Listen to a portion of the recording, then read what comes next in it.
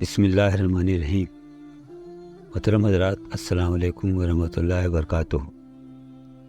آج 15ویں تراویح کا خلاصہ آپ کے سامنے پیش کیا جا رہا ہے۔ آج 18ویں پارے کے 9ویں رکوع سے 19ویں پارے کے 16ویں رکوع تک کا خلاصہ پیش کیا جائے گا۔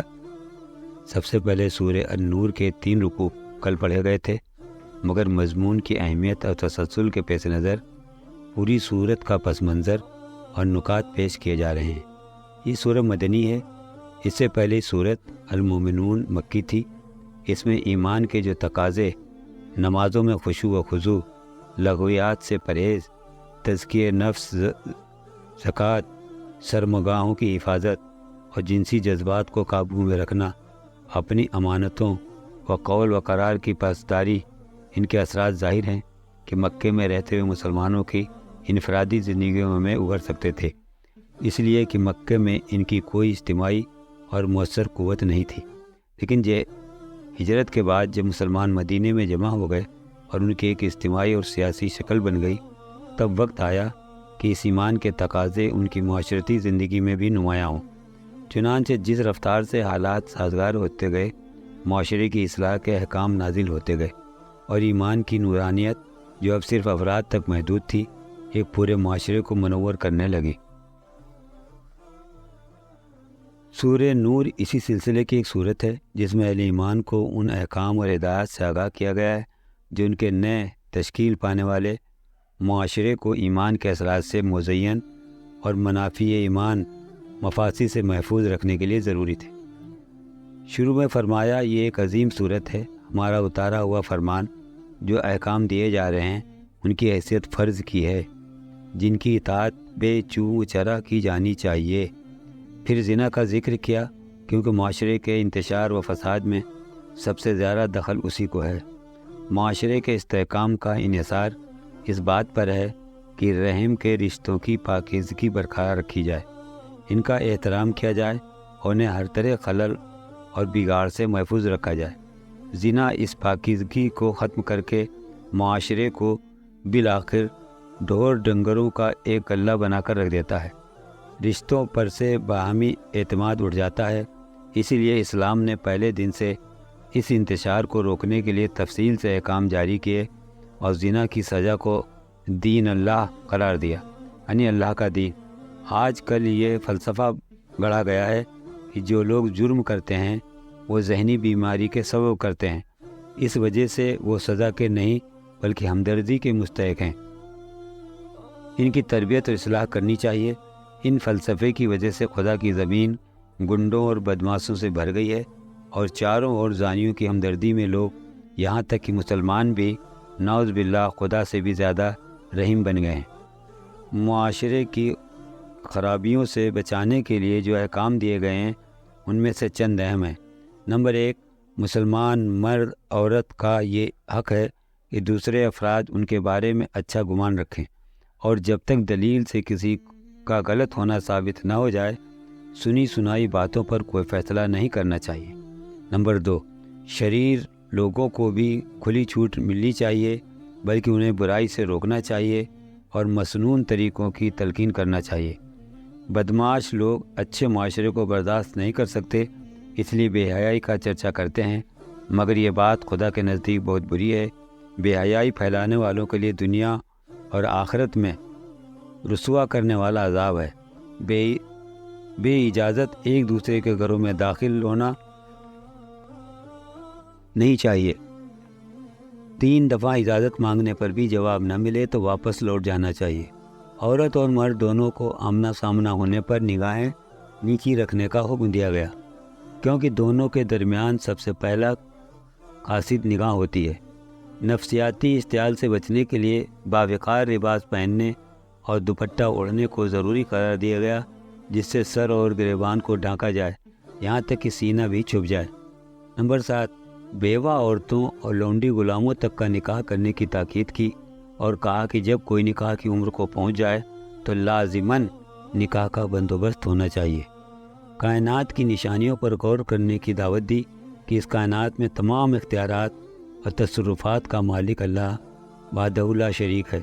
ہر چیز اسی کی حمد اور تسبیح کرتی ہے، اس لیے انسانوں کا بھی فرض ہے کہ اس پر ایمان لائیں، اس کی عبادت اور اطاعت میں کسی کو شریک کر کے اس کے غضب کے مستحق نہ بنیں۔ یہاں اشارہ ہے اس بات کی طرف کہ اللہ کے حکم کے خلاف کسی کی اطاعت نہ کی جائے۔ ہمارے ہاں ایک بیماری یہ پھیلی ہوئی ہے، شوہر اگر بے پردگی اور بے حیائی چاہتا ہے تو عورت یہ کہہ کر کہ شوہر ایسا چاہتا ہے وہی روش اختیار کر لیتی ہے، اس کا کوئی جواز نہیں ہے۔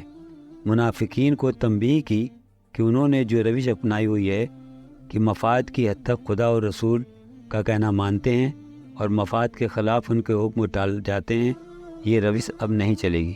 ماننا ہے تو پوری یکسوئی سے خدا اور رسول کا حکم مانو، ورنہ خدا کو تمہاری کوئی پرواہ نہیں۔ رسول اللہ صلی اللہ علیہ وسلم کے سچے ساتھیوں کو نہایت واضح الفاظ میں خوشخبری دی کہ زمین کی خلافت تمہیں ملے گی اور مخالفین اور دین کے دشمن تمہارا اور تمہارے دین کا کچھ نہیں بگاڑ سکیں گے۔ تم نماز کا اہتمام کرو، زکوٰۃ ادا کرتے رہو اور رسول صلی اللہ علیہ وسلم کی اطاعت پر پوری دلجمعی سے ڈٹے رہو۔ جلد وقت آنے والا ہے، خدا خوف کی حالات کو امن اور اطمینان سے بدل دے گا۔ بعض معاشرتی احکامات سورہ کے آخر میں دیے گئے۔ آیت 58 میں کہا گیا کہ گھر کے نوکر چاکر اور نابالغ بچوں کو چاہیے کہ ان 3 اوقات بھی اجازت لے کر کمرے میں داخل ہوں۔ نمبر 1 فجر کی نماز سے پہلے، نمبر 2 دوپہر کو جب کپڑے اتار کر لیٹتے ہو، نمبر 3 عشاء کی نماز کے بعد۔ یہ 3 اوقات تمہارے پردے کے ہیں۔ ان اوقات کے علاوہ وہ بلا اجازت آئیں تو تم پر اور ان پر کوئی گناہ نہ ہوگا۔ تم ایک دوسرے کے پاس بار بار آتے جاتے ہو، اس طرح اللہ تعالیٰ اپنے ارشادات کی توضیح کرتا ہے۔ وہ بڑا علیم و حکیم ہے۔ پھر بچے جب بڑے ہو جائیں تو چاہیے کہ اسی طرح اجازت لے کر آیا کریں جس طرح اجازت لے کر ان کے بڑے اجازت لیتے رہے ہیں۔ جو عورتیں ادھیڑ عمر کی ہوں انہیں نکاح میں دلچسپی نہ ہو، وہ اگر اپنی چادریں اتار کر رکھ دیں تو ان پر کوئی گناہ نہیں، بشرطے کی زینت کی نمائش کرنے والی نہ ہوں۔ پھر بھی وہ احتیاط کریں اور حیاداری برتیں تو ان کے حق میں اچھا ہے۔ حضرت عبداللہ بن عباس فرماتے ہیں کہ جب اللہ تعالیٰ کا یہ حکم آیا کہ ایک دوسرے کا مال ناجائز طریقوں سے نہ دبایا کرو، لوگ ایک دوسرے کے ہاں کھانا کھانے میں سخت احتیاط برتنے لگے۔ حالانکہ قانونی شرطوں کے مطابق صاحب خانہ کی دعوت و اجازت جب تک نہ ہو کسی عزیز یا دوست کے یہاں بھی کھانا جائز نہیں سمجھتے تھے۔ اس کی تردید میں فرمایا، معذور حضرات، اندھے، لنگڑے، بیمار اور خود تم لوگ اپنے رشتہ داروں کے یہاں کھا سکتے ہو، جیسے باپ، دادا، ماں، نانی، بہنوں اور بھائیوں کے گھر، اسی طرح چاچا، پھوپھی، خالہ، ماموں کے گھر بھی کھانا کھا سکتے ہو، یا تمہاری قریبی و تکلف دوست ہو اس کے یہاں بھی کھا سکتے ہو۔ اس میں بھی کوئی حرج نہیں ہے، سب مل کر کھاؤ یا الگ الگ کھاؤ۔ البتہ جب گھروں میں داخل ہوا کرو تو اپنوں کو سلام کر لیا کرو کہ یہ دعائے خیر ہے جو اللہ کی طرف سے مقرر کردہ بڑی بابرکت اور پاکیزہ چیز ہے۔ اللہ تعالیٰ اسی طرح تمہارے سامنے آیات بیان کرتا ہے، توقع ہے کہ سوجھ بوجھ سے کام لوگے۔ اس آیت سے یہ بات بھی سمجھ میں آتی ہے کہ معذور حضرات کا حق ہے کہ مسلم معاشرے کا ہر فرد انہیں کھانا کھلانے کو تیار رہے، نیز وہ خود بھی کسی کے گھر جا کر کھانا مانگ سکتے ہیں، کھا سکتے ہیں۔ صاحب کھانا کو انکار نہیں کرنا چاہیے۔ دوسری بات یہ ہے کہ اعزاء و اقارب کے گھر کھانا ایسا ہے جیسا اپنے گھر کھانا۔ قریبی رشتہ داروں اور بے تکلف دوستوں کے ہاں کھانے کے لیے باقاعدہ اجازت ضروری نہیں ہے۔ آدمی ان میں سے اگر کسی کے ہاں جائے اور گھر کا مالک موجود نہ ہو، اس کے بیوی بچے کھانے کو کچھ پیش کریں تو بے تکلف کھایا جا سکتا ہے۔ آخری رکوع میں فرمایا کہ جب اجتماعی کام کے موقع پر مسلمان رسول صلی اللہ علیہ وسلم کے ساتھ ہوں یا اپنے امیر کے ساتھ ہوں اور کوئی انفرادی ضرورت پیش آ جائے تو مسلمانوں کو چاہیے کہ رسول صلی اللہ علیہ وسلم یا امیر سے اجازت لے کر جائیں۔ پھر امیر کو اختیار ہے اجازت مانگنے والے کی ضرورت کے مطابق چاہے اجازت دے یا انکار کر دے، اور ایک اجازت دے تو ایسے لوگوں کے حق میں اللہ سے دعائیں مغفرت کر دے کہ اللہ تعالیٰ معاف فرمانے والا اور رحم فرمانے والا ہے۔ اس میں تنبیہ ہے کہ کسی واقعی ضرورت کے بغیر اجازت طلب کرنا تو سرے سے ہی ناجائز ہے۔ جواز کا پہلو صرف اس صورت میں نکلتا ہے جب کہ جانے کے لیے حقیقی ضرورت لاحق ہو، پھر ضرورت بیان کرنے پر بھی اجازت دینا نہ دینا رسول صلی اللہ علیہ وسلم یا امیر کی مرضی پر موقوف ہے۔ اگر وہ سمجھتا ہے کہ اجتماعی ضرورت اس شخص کی انفرادی ضرورت سے زیادہ اہم ہے تو وہ پورا حق رکھتا ہے کہ اجازت نہ دے، اور اس صورت میں ایک مومن کو اس سے کوئی شکایت نہ ہونی چاہیے۔ اجازت کے ساتھ استغفار کا حکم دینے میں تنبیہ ہے کہ اجازت طلب کرنے میں اگر ذرا سے بھی بہانہ بازی کا بھی دخل ہو یا اجتماعی ضرورت پر انفرادی ضرورت کو مقدم رکھنے کا جذبہ کار فرما ہو تو یہ گناہ ہے۔ لہذا رسول صلی اللہ علیہ وسلم ان کے جانشین کو چاہیے اجازت دینے کے ساتھ یہ بھی کہہ دیں کہ خدا تمہیں معاف فرمائے۔ اب سورہ الفرقان نہایت مؤثر انداز میں شروع ہوتی ہے۔ بڑی بابرکت ہے وہ ذات جس نے اپنے بندے پر حق و باطل کے درمیان امتیاز کر دینے والی کتاب اتاری تاکہ وہ اہل عالم کو ہوشیار کر دے کہ وہ ذات آسمانوں اور زمین کی بادشاہی کی مالک کسی بیٹے یا بادشاہی میں کسی کی شرکت سے پاک ہے۔ اس نے ہر چیز کو پیدا کیا، پھر اس کی تقدیر مقرر کی۔ لوگوں نے ایسی ہستی کو چھوڑ کر انہیں معبود بنا لیا جو کسی چیز کو پیدا نہیں کرتے بلکہ خود پیدا کیے جاتے ہیں، جو نہ مار سکتے ہیں نہ جلا سکتے ہیں۔ منکرین حق کا انجام بتاتے ہوئے ان کے انکار کی اصل وجہ بتائی، کیونکہ یہ لوگ ایک مرتبہ اس گھڑی کو جھٹلا چکے ہیں، اس لیے اب ضد پر اڑے ہوئے ہیں۔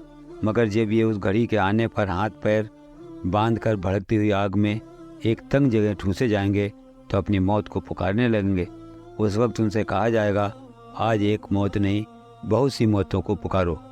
ان سے پوچھو، یہ انجام اچھا ہے یا وہ ابدی جنت جس کا وعدہ خدا ترس لوگوں سے کیا گیا ہے، جو ان کے عمل کی جزا ان کے سفر کی آخری منزل ہوگی۔ ان کا عطا کرنا تمہارے رب کے ذمے ایک واجب الادا وعدہ ہے۔ کبھی تم نے اس شخص کے حال پر غور کیا جس نے خواہش نفس کو اپنا خدا بنا لیا ہے؟ کیا تم ایسے شخص کو راہ راست پر لانے کا ذمہ لے سکتے ہو؟ یہ تو جانوروں کی طرح ہے، بلکہ ان سے بھی گئے گزرے۔ سائے کے نظام کو اپنی قدرت کاملہ اور توحید کی دعوت کو برحق ہونے کی دلیل میں پیش کیا کہ تمہاری ساری زندگی اس سائے کے گھٹنے بڑھنے کی محتاج ہے، کیونکہ سورج کی روشنی اور حرارت پر سب کی زندگی کا دار و مدار ہے، اور سایہ اس کی وجہ سے ہے۔ اگر ہمیشہ سایہ رہتا تو ہمیشہ سورج نکلتا، یا ہمیشہ سورج نکلتا تو ساری مخلوق اس کی شعاؤں سے جھلس کر رہ جاتی۔ یہ تو ایک حکیم اور قادر مطلق خالق ہے جس نے زمین اور سورج کے درمیان ایسی مناسبت قائم رکھی ہے جو ہمیشہ لگے بندے طریقے سے آہستہ آہستہ سایہ ڈالتی اور اسے گھٹاتی بڑھاتی رہتی ہے۔ یہ حکیمانہ نظام نہ تو خود بخود قائم ہو سکتا تھا، نہ بے اختیار معبود اسے قائم کر کے چلا سکتے تھے۔ خاتمے پر خدا کے اصل بندے کہلانے کے مستحق افراد کا نقشہ کھینچا ہے۔ رحمان کے اصل بندے وہ ہیں جو نرم چال چلنے والے، جاہلوں سے بحث میں نہ الجھنے والے، عبادت گزار، عذاب سے بچنے کی دعائیں مانگنے والے، اعتدال کے ساتھ خرچ کرنے والے، ناحق کسی کو نہ مارنے والے۔ ایسے بندوں کا جنتوں میں شاندار استقبال ہوگا۔ سورہ الشورى کا آغاز ان الفاظ میں ہوتا ہے کہ اے موسیٰ صلی اللہ علیہ وسلم، کیا آپ اپنی جان اس غم میں کھو دیں گے کہ یہ لوگ ایمان کیوں نہیں لاتے؟ ہم چاہیں تو ان کے مطالبے کے مطابق آسمان سے ایسی نشانی نازل کر سکتے ہیں کہ ان کی گردنیں اس کے آگے جھک جائیں، مگر اس طرح کا جبری ایمان ہمیں مطلوب نہیں ہے۔ ہم چاہتے ہیں کہ لوگ عقل و فہم سے کام لے کر ایمان لائیں۔ آخر کے رکوع میں بحث کو سمیٹتے ہوئے کہا گیا کہ تم لوگ اگر نشانیاں دیکھنا چاہتے ہو تو آخر وہ خوفناک نشانیاں دیکھنے پر کیوں اصرار کرتے ہو جو تباہ شدہ قوموں نے دیکھی ہیں؟ اس قرآن کو دیکھو، اس کے لانے والے کو دیکھو، اس کے ساتھیوں کو دیکھو۔ کیا یہ کلام کسی شیطان یا جن کا کلام ہو سکتا ہے؟ کیا موسیٰ صلی اللہ علیہ وسلم ان کے ساتھی تم کو ایسے نظر آتے ہیں جیسے شاعر اور ان کو داد دینے والے ہوتے ہیں؟ ضد کی بات تو دوسری ہے، مگر اپنے دلوں کو ٹٹول کر دیکھو کہ کہ وہ کیا گواہی دے رہے ہیں۔ اگر ضلعوں میں تم خود جانتے ہو کہ کہانت اور شاعری کا اس سے دور کا بھی تعلق نہیں، تو پھر یہ بھی جان لو کہ تم ظلم کر رہے ہو اور ظالموں کا انجام بھی دیکھو گے۔ سورہ نمل کا صرف ایک رکوع پڑھا گیا، اس کا مفہوم کل کی آیات کے ساتھ بیان کیا جائے گا انشاءاللہ۔ آج کی تراویح کا خلاصہ مکمل ہوا۔ اللہ تعالی ہم سب کو قرآن پڑھنے، سمجھنے اور اس پر عمل کرنے کی توفیق عطا فرمائے۔ وآخر دعوانا ان الحمدللہ رب العالمین۔